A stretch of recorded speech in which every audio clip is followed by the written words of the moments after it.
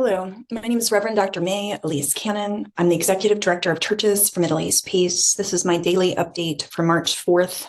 This is day 150 since October 7th. I've been doing these updates every day. I'd encourage you to take a look at past days. If you're interested in our response since October 7th, I'd encourage you to go to our website. Today's update includes a bit of what happened over the weekend as well. In U.S. politics, President Biden told The New Yorker that he's hoping to see a significant reduction in the use of force by Israel in Gaza. He said he understood the rage sparked by October 7th, quote, "but you can't let the rage consume you to the point to where you lose the moral high ground," end quote. He later said that the humanitarian aid, quote, "flowing into Gaza is not nearly enough," end quote.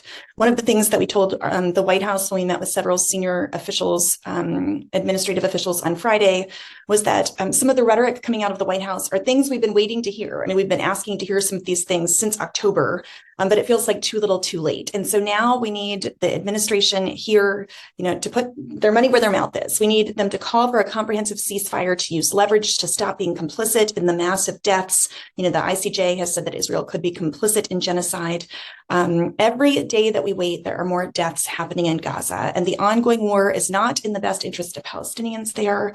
It is not in the best interest of Israel, and it is not in the best interest of the United States. The Washington Post reported yesterday on Sunday morning that Gaza is on the brink of famine, and the title of the article was "Israel's Restrictions on Gaza's Aid Put the Enclave on the Brink of Famine." You probably followed the tragedy on Thursday where 100 people were killed, 700 people were injured. Thursday's aid convoy's tragedy highlighted the ongoing obstacles of delivering aid. And humanitarian officials have said there's limited entry points. We talk about aid a lot. I'll talk about it a little bit today. And one of the things we've been saying to the White House and saying to members of Congress and saying to anyone who would listen is if there's a comprehensive ceasefire, aid would not be the primary point of discussion. If you lift the blockade, and if you call on all parties to lay down their arms, if there's a negotiated settlement, immediate and adequate humanitarian assistance would be able to, get into Gaza. The United States has committed to increased aid via airdrops, as they did last week, which has drawn significant skepticism by the humanitarian community. Jeremy Konadic, who's the president of Refugees International, said it's insane that the entity necessitating this expensive workaround is not the Islamic State or the Soviets, but a U.S. ally fighting a war with full U.S. backing. He was referring to Israel. Airdrops are massively expensive, they're low volume, and the fact that they need to be considered at all is a major policy failure.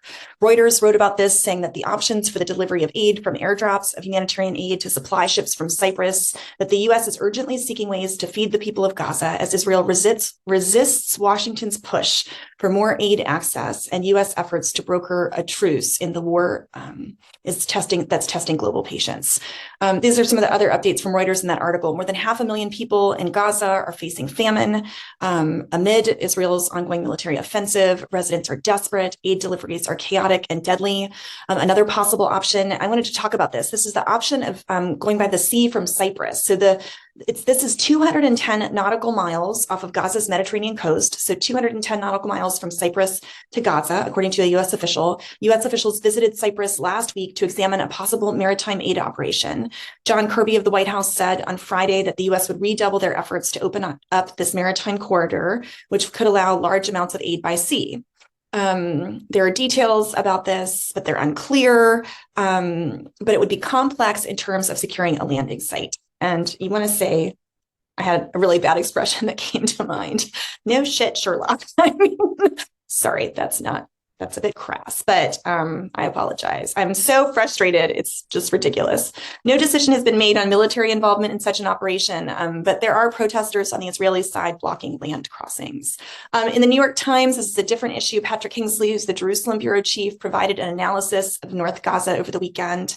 While southern Gaza is still an active conflict zone, fighting has mostly ebbed in the north of the enclave, and the Israeli military has said that they've defeated most of Hamas's fighting forces earlier in January. And thus, Israeli soldiers have withdrawn from parts of the north, but those areas now don't have a central body that's coordinating the provision of services. There's not a body that's enforcing law and order. So aid trucks, the delivery of aid has become so chaotic. To prevent Hamas, this is according to the New York Times, to prevent Hamas from rebuilding itself, Israel has prevented police officers from the Hamas-led pre-war government from escorting trucks. Israel has also delayed the creation of any alternative Palestinian law enforcement. So many people have said Israel's not made a choice. They're saying they don't want the PA, they're saying they don't want Hamas, so who do they want? And so in the vacuum, there's chaos. Aid groups only have a limited presence, and the UN is assessing how to increase operations there. In terms of Gaza, Israel said it did a preliminary overview of that case last week on Thursday that had 115 civilian deaths. This was the people seeking aid who were killed.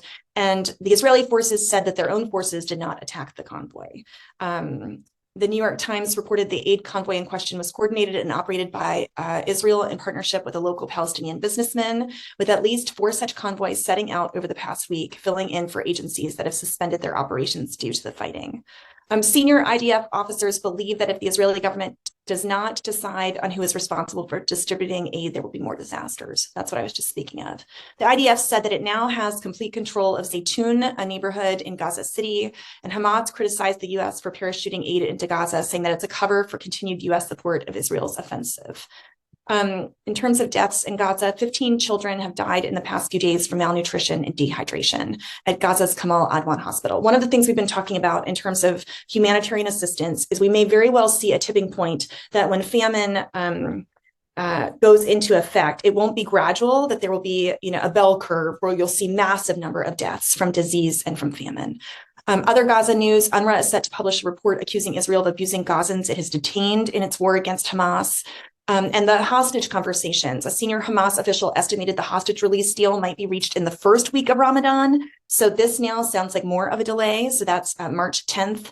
U.S. Vice President Kamala Harris this weekend gave the most explicit condemnation of Israel's actions in Gaza from a senior U.S. official to date on Sunday, saying that too many innocent Palestinians have been killed.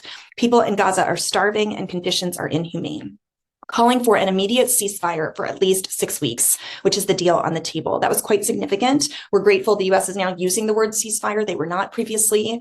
Benny Gantz came to Washington, D.C. He met with Vice President Harris today. He was supposed to meet also with Jake Sullivan. Netanyahu opposed that trip, saying there's only one prime minister in Israel.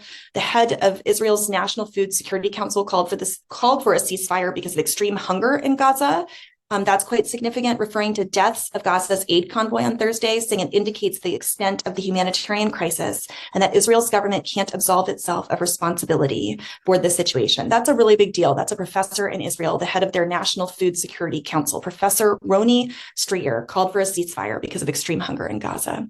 So during Harris's meeting today, I'll give more of a readout of this, but the basic summary is that she met with Benny Gantz at the White House, condemned the brutal October 7th terrorist attacks, which they should be condemned. They were horrific. We condemn them as well by Hamas, the taking of hostages, which also should be condemned and included American citizens. That was kind of the summary readout. The Israeli National Security Minister Ben-Gvir called for an end to negotiations, saying that the talks should be ended for Israel to move to another phase of fighting with intensity. And the IDF Chief of Staff and Shin Bet head, the police commissioner, held a joint situation assessment ahead of Ramadan. Lots of conversations about Ramadan. It's now March 4th, so we have 6 days before Ramadan begins. There's concerns that the entry of Muslims to Al-Aqsa could lead to violent clashes. And so conversations about that continue.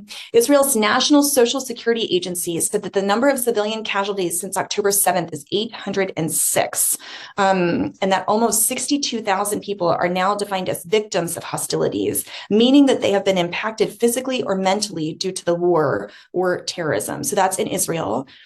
And Israel's Foreign Minister Katz said he was recalling the UN envoy over a deliberate suppression of a UN report on sexual violence committed by Hamas on October 7th. I actually shared that report. I've talked about it previously. I know it was on my social media, and I believe the UN investigation were due to be presented today. So I'll be sure to talk about that tomorrow. Israel recognized 19,407 children as victims of terrorism since October 7th. This is a report they released yesterday by the Israel National Council for Children. The figures record children who've suffered from physical or psychological injuries. I would believe that to be true. More than 100,000 people in Israel have been displaced from South Israel, from the northern border.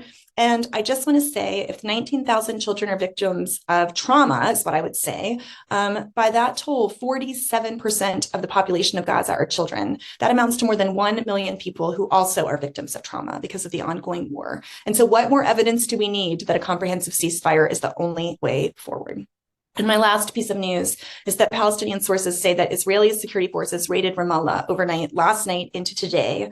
A 16-year-old boy was killed, and this raid was one of the biggest ones in years, according to reports. 55 Palestinians were arrested in the operation. So that's how the week started on the 150th day of what the world is calling, Israel's war on Hamas, what many people are calling the genocide of Gaza. And we would just say the killing has got to stop. Please, please, please call for a comprehensive ceasefire. And we've heard from administrative officials, Christians are not calling loudly enough for a ceasefire. Many people think that Christians only support, war and one side against the other. And we support an end to war, a comprehensive ceasefire, return of the hostages in exchange for prisoners, immediate and adequate humanitarian assistance, and an end to occupation. So let's work together towards peace. Our work continues to be so, so, so critical. So let's keep going.